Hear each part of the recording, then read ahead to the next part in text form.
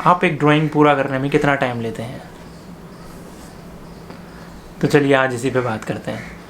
नमस्कार दोस्तों, मैं हूं आपका दोस्त अंकित। मैं अपने चैनल पे आप सभी का एक बार फिर से स्वागत करता हूं। दोस्तों, ये क्वेश्चन आजकल बहुत ज़्यादा पूछा जा रहा है कि आप इस ड्राइंग को करने में आपने कितना टाइम लिया, और मुझे ये नहीं पता कि इस चीज़ से, इस पार्टिकुलर चीज़ से क्या जज किया जा रहा है। बट जो भी थीम हो इसके पीछे, हो सकता हो ये क्यूरोसिटी हो कि ये जानने के लिए कितना टाइम लगा, या फिर ये क्यूरोसिटी हो कि जितना टाइम लगेगा उतना ही अच्छा बड़ा आर्ट वर्क बनेगा। तो ये बेसिकली एज सच कोई प्रपोर्शन नहीं है, एज सच कोई मेजरमेंट नहीं है कि आप कितना टाइम लेते हो। जैसे सपोज़ मैंने ये वाला ड्राइंग किया था, ठीक है, वैसे ये A3 साइज़ पे है, आप देख सकते हैं। और ये पेस्टल से किया गया काम है, और आपने देखा होगा कि इसमें मैंने एज सच कोई भी आउटलाइंस ड्रॉ नहीं की थी, डायरेक्टली इसको ड्रॉ किया था। ये पेपर साइज़ A3 है। तो इसको करने में मुझे कितना टाइम लगा, कोई गेस कीजिए। तो इसको करने में मुझे केवल 3 घंटे लगे थे, 3 से 3.5 घंटे के अराउंड लगा था। और जनरली मुझे ज़्यादा अभी जिस स्टाइल में मैं आर्ट वर्क करता हूँ कि जैसे मैं डायरेक्ट आउटलाइंस को अप्रोच नहीं करता, पहले लाइट एंड शेड्स पे काम करता हूँ एंड देन उसके बाद उसमें फीचर्स को ढूंढता हूँ। ये तरीके सीखने का सबसे बड़ा रीज़न, सबसे इम्पॉर्टेंट रीज़न यही है कि आप बहुत सारा टाइम सेव कर सकते हैं अपनी बाकी चीज़ों के लिए। और जब भी आप इस प्रोसेस से काम करते हैं तो एक तो आपका जो, जैसे सपोज़ अगर आप ग्रिड मेथड से बना रहे हैं तो ग्रिड करने में ही, ग्रिड खींचने में ही बहुत ज़्यादा टाइम जाता है। देन आप सपोज़ आउटलाइन ड्रॉ कर रहे हैं तो आउटलाइन ड्रॉ करने में बहुत ज़्यादा टाइम जाता है, और उतना फन भी नहीं रहता उन चीज़ों में। बट यहाँ जो प्रोसेस है, जो कि आपने देखा होगा मैंने इसको किस तरह से शुरू किया था, टाइम लैप्स में भी आपको देखा होगा कि आप जल्दी से जल्दी एक शेप क्रिएट करते हो, देन उसमें डार्क शेड्स आउट करते हो, देन लाइट शेड्स को ऑप्ट करते हुए चलते हो और फिनिश करते हो पोर्ट्रेट को। तो इसमें क्या होता है, बहुत सारा टाइम जो होता है आपका, जो बाकी आप तरीके से चल रहे होते हैं उसके वजह से इससे बहुत सारा टाइम आपका सेव होता है। जैसे देखिए, ये एक और एग्जांपल है जो मैंने अभी लेटेस्ट किया था, और इनको ड्रॉ करने में भी मुझे ऑलमोस्ट 2 घंटे 30 या 40 मिनट के अराउंड लगा।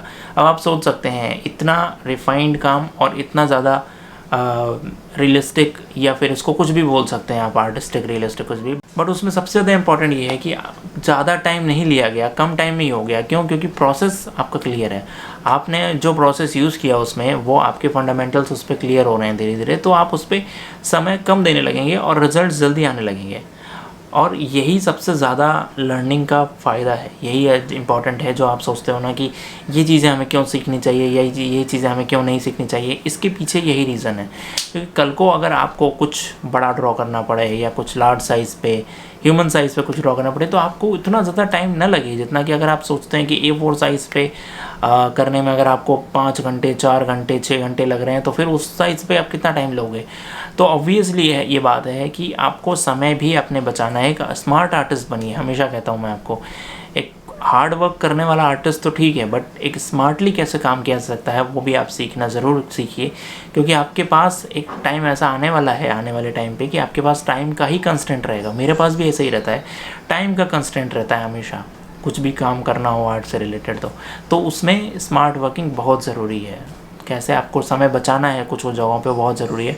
और टाइम इस पे बिल्कुल मैटर नहीं करता कि आपने कितना आपका आर्ट वर्क कितना अच्छा बन रहा है, या फिर आप ये कहें कि मैंने बहुत टाइम लेके बनाया है तो इसको प्रायोरिटी दी जाए या फिर इसको टॉप पे रखा जाए। ऐसा कुछ भी नहीं है। इट्स ऑल अबाउट कि जो आपने प्रोसेस यूज़ किया है, एंड इट्स ऑल अबाउट जो रिजल्ट्स आए हैं आपके। Process more important than result, और उसके बाद फिर बात होती है कि आपने कितना टाइम लगाया है उसमें। तो और इनफैक्ट एडवांटेज भी इसका ये है, जहाँ पे आप कोई स्केचेस करने जा रहे हैं, सपोज कुछ लाइव डेमोन्स्ट्रेशन करने जा रहे हैं, वहाँ पे तो सबसे ज़्यादा इंपॉर्टेंट ये है कि आप कितना क्विकली बना सकते हैं, कितनी जल्दी तरह से बना सकते हैं। क्योंकि वहाँ पे टाइम का कंस्टेंट है।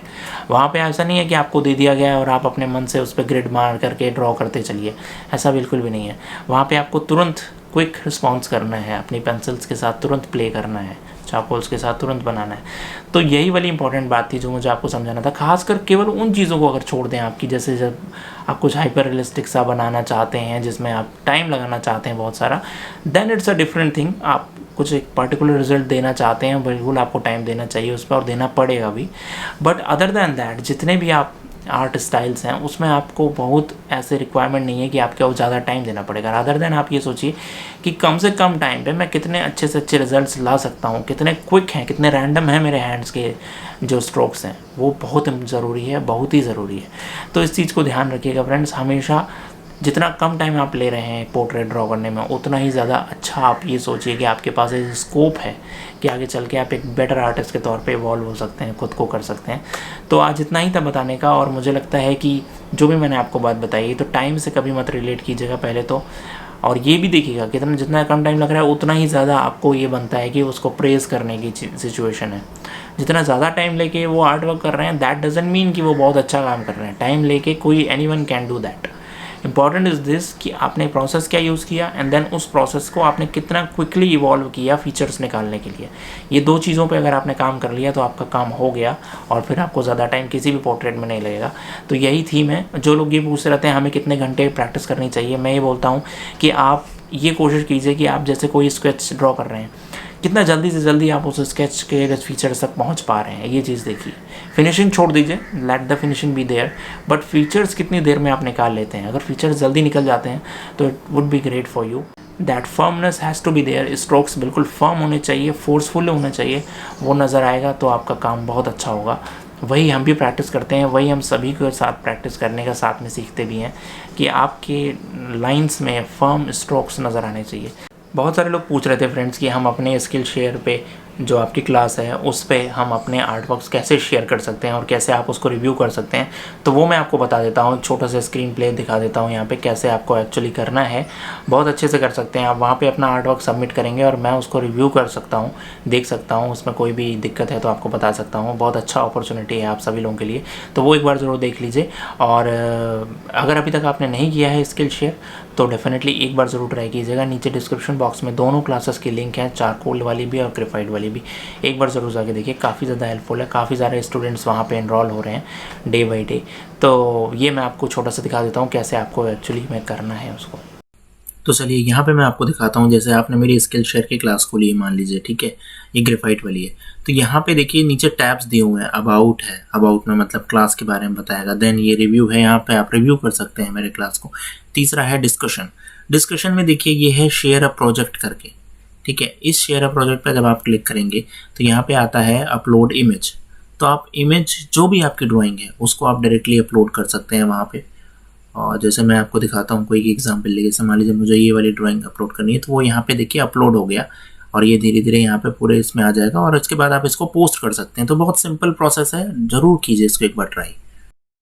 तो फिलहाल इतना ही फ्रेंड। मुझे लगता है कि आज का ये छोटी सी आपकी एडवाइस बहुत काम आने वाली है। बहुत इंपॉर्टेंट है ये पॉइंट्स, हमेशा याद रखिएगा, आप आगे चल के भी आपको बहुत काम आएंगी ये चीज़ें। तो फिलहाल इतना ही friends, thank you. Please channel को सब्सक्राइब जरूर कीजिएगा अगर अभी तक आपने नहीं किया है। Thank you friends, thank you once again.